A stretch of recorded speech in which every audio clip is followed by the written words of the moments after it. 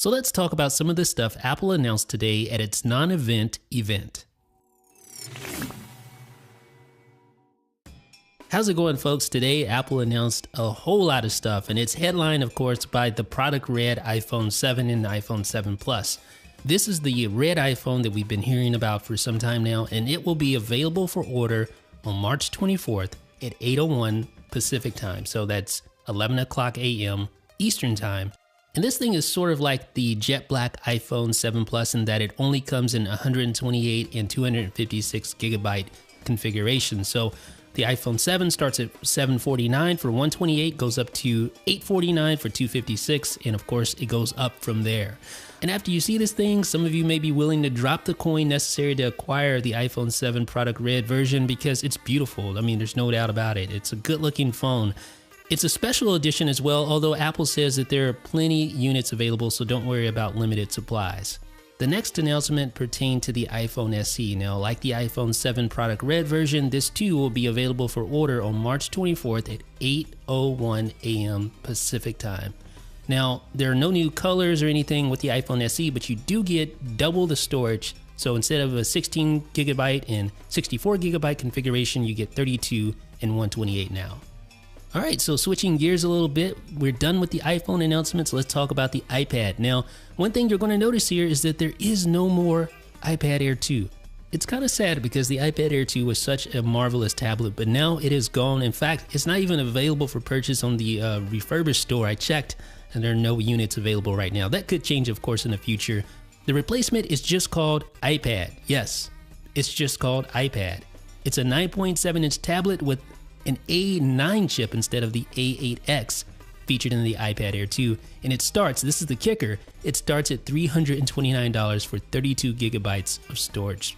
So when you consider the price, it's a pretty compelling offer for a full-size 9.7-inch tablet. It comes in silver, gold, and space gray, and as mentioned, the base configuration starts you out at a healthy 32 gigabytes. You can go up to 128 gigabytes if you want to.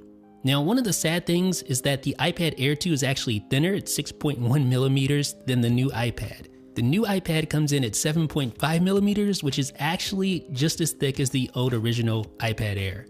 And at 0.96 pounds, the iPad Air 2 is actually lighter than the new iPad. The new iPad is over a pound, which again makes it closer to the original iPad Air 1 than the iPad Air 2. Now, the new iPad does have a lot to offer. It has Touch ID, it has that Retina display, it has that A9 chip, 10 hours of battery life, etc. But there are some glaring differences between it and the iPad Air 2. For instance, there is no fully laminated display, which is going to make a huge difference in my opinion.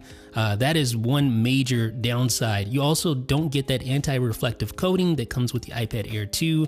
But the real big standout difference to me is the lack of that fully laminated screen. That's going to make a huge difference in screen quality. It's a great price, but there are definite compromises when compared to the old iPad Air 2. Now, speaking of the iPad line, you'll also notice that there is no longer an iPad Mini 2. Now, this is notable because the iPad Mini 2 was at one time the cheapest way to get into the game at $269. Now, that's no longer available on Apple's retail store, but you can still find it on their refurbished store. Actually, you can find it for about $209 if you want to get in the game real cheap. So the iPad Mini 4 is currently the only iPad Mini being offered at 128 gigabytes of storage space in silver, gold, and space gray. It's $399 for Wi-Fi or $529 for cellular. So the iPad Mini is no longer the entry-level iPad. Now it's just the iPad.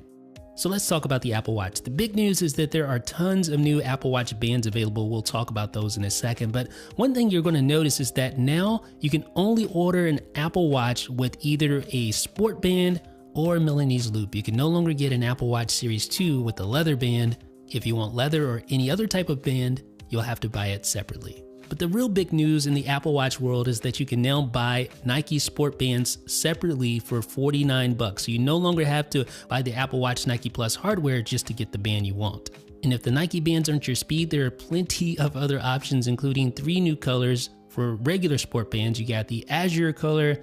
There's also a, I'm trying to pronounce this right, Camellia, I guess that's right, Camellia color. And then there's also a Pebble color, no relation to the Pebble smartwatch, as if I really needed to clarify that. Okay, so Those 3 bands are available right now for $49. You can buy those over at the Apple Store. And if you don't like the sport bands, there are 6 new woven nylon bands available for $49. And here they are right here. So you'll find at least one color in there that you like, I hope. And if you're looking for something just a little more classy, then you can head over to Apple's website and check out the new additions over in the leather band world. Lots of options there as well. So the whole point is that if you have an Apple Watch, you have options. There are just tons of new Apple Watch bands to choose from. There's also new leather and silicone cases starting at $35 for the iPhone 7 and 7 Plus. You start off with Pebble. That name sounds familiar. You have Azure. That sounds familiar as well. Notice these colors right here match the new Apple Watch Sport bands. The 3 new Apple Watch Sport bands have matching silicone cases for the iPhone. Pretty cool. So there's berry and leather. There's also sapphire and leather. And last but not least, there is taupe in leather. And there's also a new app that Apple is working on that will be released in April called Clips. And this is a video-centric app. It has a nice feature called Live Titles that allows you to speak and make your own titles using your voice. Similar to the type of features you'd find on a typical social network, but this is unbundled from the social aspect. So ladies and gentlemen, that has been a look at some of the new products announced today, headlined of course by the new iPhone 7 product red version. This is that beautiful looking metallic red iPhone. It goes on sale on the 24th of March at 8:01 Pacific time, 11:01 Eastern time. So I want to know what you guys think about today's announcements. What do you think about the product red iPhone 7? What do you think about the new cheaper iPad? Do you like these new products or do you not like them? Please let me know what you guys think down below in the comments. This is Jeff with 9 to 5 Mac.